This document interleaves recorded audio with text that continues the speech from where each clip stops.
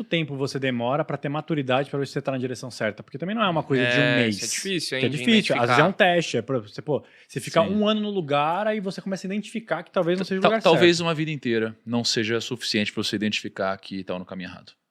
Talvez. Pô, isso é duro, hein? É duro. Porque não é a maturidade que vai te trazer isso. Ó. Uhum. Eu acho que são as pessoas que vão te trazer isso. Né? É o ambiente que vai te ajudar a identificar qual é o caminho certo. É difícil vir de você, vir de dentro. Por isso que o conhecimento é tão valioso, porque você vai aprender com pessoas que sabem o caminho. Pessoas que já trilharam o caminho. Uhum. Né? Então, por exemplo, você está num caminho, você está numa empresa, onde você olha para o lado e as pessoas estão lá há 20 anos. E nenhuma está rica. Poxa, a lógica te diria que não é um caminho factível. Uhum. Se o que você busca é o enriquecimento material. Agora você está numa empresa onde as pessoas estão há 3 anos na empresa, são sócias e estão fazendo dinheiro e estão crescendo, é factível. Não é? Sim. Então, o que eu acho que a pessoa tem que fazer para entender se ela está num caminho de maturidade? Ela tem que se fazer 3 perguntas. A primeira delas é: alguém já trilhou o caminho que eu estou trilhando e conseguiu? Essa é a primeira Isso é pergunta. muito boa. A segunda pergunta é: eu tenho as habilidades, os talentos que essa pessoa que antes de mim conseguiu tinha? Uhum. Né? E o terceiro é: o mercado mudou para melhor ou para pior desde quando essa pessoa conseguiu atingir esse resultado? Né? Porque às vezes a pessoa conseguiu por uma questão contextual. Sim. Às vezes ela conseguiu, por que não? Porque o mercado é frutífero mesmo. Então, por exemplo, na minha época, o meu primeiro ciclo, que foi onde eu materialmente enriqueci e filosoficamente me desenvolvi também, eu dei certo no mercado que, se eu fosse pegar só o contexto de mercado como era antes e como é hoje, ele melhorou. Então é mais fácil ganhar dinheiro no ciclo que eu fiz hoje do que na minha época. Tipo, você demorou 7 anos e hoje talvez seja provável fazer em 3 anos. Em 3. Então, deixa eu falar do meu primeiro ciclo, né, de uma forma muito resumida. No meu primeiro ciclo, né, assim, como que eu parei nesse ciclo? Eu olhei para um mercado onde tinham muitas pessoas que enriqueceram antes de mim. Uhum. Né? Qual mercado era esse? O mercado financeiro. Tem muito dinheiro lá. Tem. E se tem muito dinheiro lá, eu quero saber como que eu posso fazer para uma parte desse dinheiro vir parar no meu bolso. Porque isso é uma sacada interessante, né? Aonde tem dinheiro? Você vai olhar para o mercado e aonde tiver dinheiro, se insira naquele ambiente, Sim. porque é mais provável que uma parte desse recurso seja despejado até você. Então você respondeu a primeira pergunta. Primeira pergunta. A segunda pergunta, você tinha as habilidades? Aí depois as habilidades. Eu não tinha as habilidades. Só que eu tinha muita vontade. E eu acho que quando você tem muita vontade, você pode acabar suprindo um pouco disso. Você pode, tipo, aprender as habilidades que são necessárias. Exatamente. Por exemplo, se eu fosse voltar no tempo, talvez eu não teria ido trabalhar no mercado financeiro. Supondo que eu não tenho o conhecimento que eu tenho hoje. Talvez eu fosse trabalhar com programação, alguma coisa assim. Porque eu tenho uma habilidade nessa área. Eu sou um cara de bastidor, eu sou um cara muito lógico. Né? Eu já li livros de lógica de programação e eu me identifico com isso. Então eu tenho essa habilidade. Então se eu fosse olhar só para checklist, eu teria ido para a tecnologia, provavelmente teria ganho dinheiro também, mas acho que não teria chegado onde eu cheguei. Tá? Então que bom, né, que não foi exatamente assim, mas era um caminho metodológico. Sim.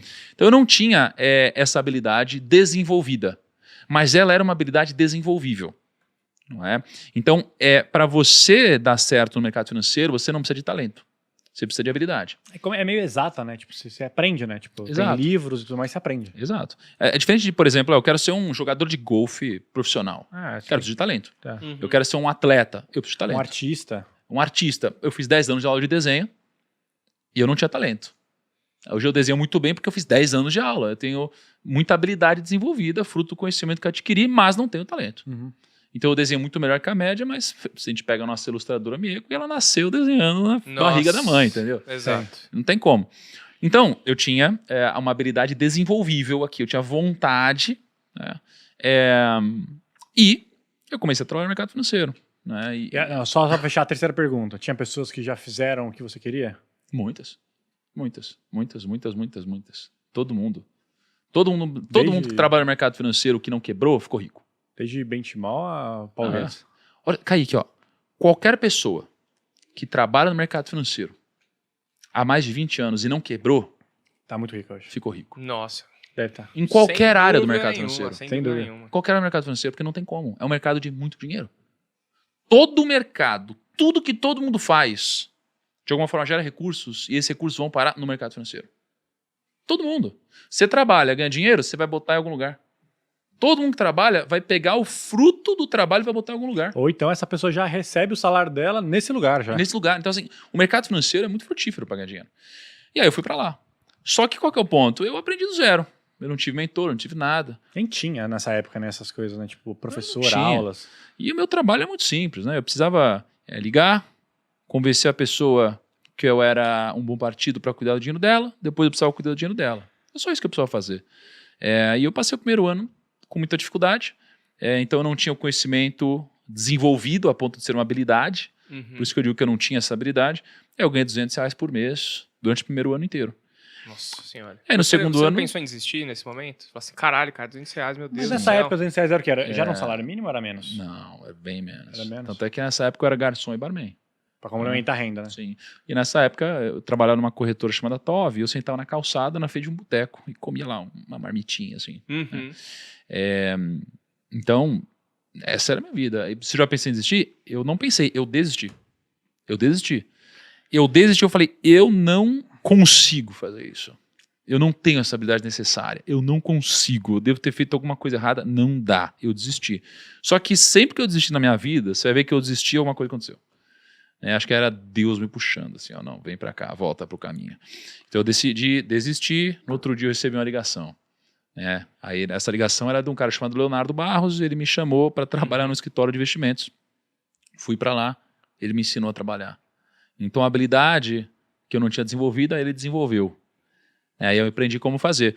E aí no segundo ano eu já ganhei um pouco mais de dinheiro, ganhei uns R$2.000 e poucos por mês. Aí no terceiro ano eu fui crescendo, ganhei mais dinheiro, quarto ano eu fui crescendo, mais dinheiro, quinto ano eu fui crescendo, mais dinheiro. Com o passar do tempo eu falei, bom, eu posso fazer isso muito bem, posso fazer outras pessoas fazerem isso muito bem. Então ao invés de vender curso, por exemplo, que é o caminho natural que as pessoas fazem hoje, eu decidi contratar pessoas e treinar elas para fazer o que eu fazia. E as pessoas começaram a fazer o que eu fazia lá atrás, mas com a minha ajuda agora. Então, com a minha experiência, meu conhecimento, minha liderança. Você virou tipo um mentor da galera da época, né? Virou mentor, montamos um escritório de Thiagos, e aí 7 anos depois eu vendi o escritório. Então esse foi meu ciclo, meu primeiro ciclo, foi o ciclo onde eu enriqueci. Então, o que eu acho que eu enriqueci? Primeiro, Deus me manteve no caminho, ou seja, eu precisava ficar por muito tempo. É como você começar na academia e desistir porque doeu. Sim. Então assim, você precisa permanecer. Então, primeiro, eu tive isso. Segundo, eu tive um conhecimento que se transformou em habilidade porque alguém me treinou. Depois, eu trabalhei muito. Depois, eu estava no mercado de margem alta. E depois, eu criei um processo de escala. Uhum. Essas 5 coisas, eu acredito que me trouxeram o meu primeiro milhão. Que veio ali com 26 para 27 anos de idade. Então, esse foi o meu primeiro ciclo de mudança de vida. Hoje você, que é um cara espiritualizado e está muito mais conectado com esse assunto, você consegue identificar coisas que você, nesse primeiro período, que você fala assim, cara, não, isso aqui foi Deus, não é possível. Você consegue identificar coisas assim que você fala assim, cara, isso aqui é inexplicável, entendeu? Sim. Tem umas coisas na minha vida esquisitas também. Você sabe que eu sou um cara duro com isso, eu não posso perder o personagem. Mas você tá molestando. Em 5 anos, isso é uma coisa que mudou em todas as nossas vidas, vai. Sim. Mas você consegue identificar alguma coisa que você fala assim, cara, ou alguns momentos que você olha hoje e fala, meu, teve alguma coisa ali que foi... Cara, a minha vida é um grande testemunho, Lucão. né? É um grande testemunho, Eu também porque olha o que eu recebi de um amigo, né? A gente estava orando e ele me mandou o seguinte. Eu vou ler para vocês. Ele me mandou isso aqui, ó. Lembre-se, irmãos, de que poucos de vocês eram sábios aos olhos do mundo, ou poderosos, ou ricos, quando foram chamados. Pelo contrário, Deus escolheu as coisas que o mundo considera loucura para envergonhar os sábios, assim como escolheu as coisas fracas para envergonhar os poderosos. Deus escolheu coisas desprezadas pelo mundo, tidas como insignificantes, e as usou para reduzir a nada aquilo que o mundo considera importante. Portanto, ninguém jamais se orgulhe na presença de Deus. O que significa? Deus, lembrem-se de que poucos de vocês eram sábios aos olhos do mundo, ou poderosos ou ricos quando foram chamados. Quando Deus me chamou, eu era o cara que sofria bullying, eu era humilhado por todo mundo, eu era bem gordo, espinhudo, meio estranho, aquela coisinha meio autista, não Sim. sabia me relacionar com as pessoas, não sabia me relacionar com as mulheres, não tinha dinheiro, tava só sofrendo, era meio excluído de tudo. Um cara esquisito. Só Um cara horrível. esquisito. Aham. Nesse momento, Deus me chamou. Nesse, não hoje. Uhum. Então, imagina você escolher alguém e apostar em alguém. É muito conveniente apostar em mim hoje. Muito. Sim. Mas se apostar em mim naquela época, não. E Deus apostou em mim naquela época. Uhum. E foi me colocando no trilho.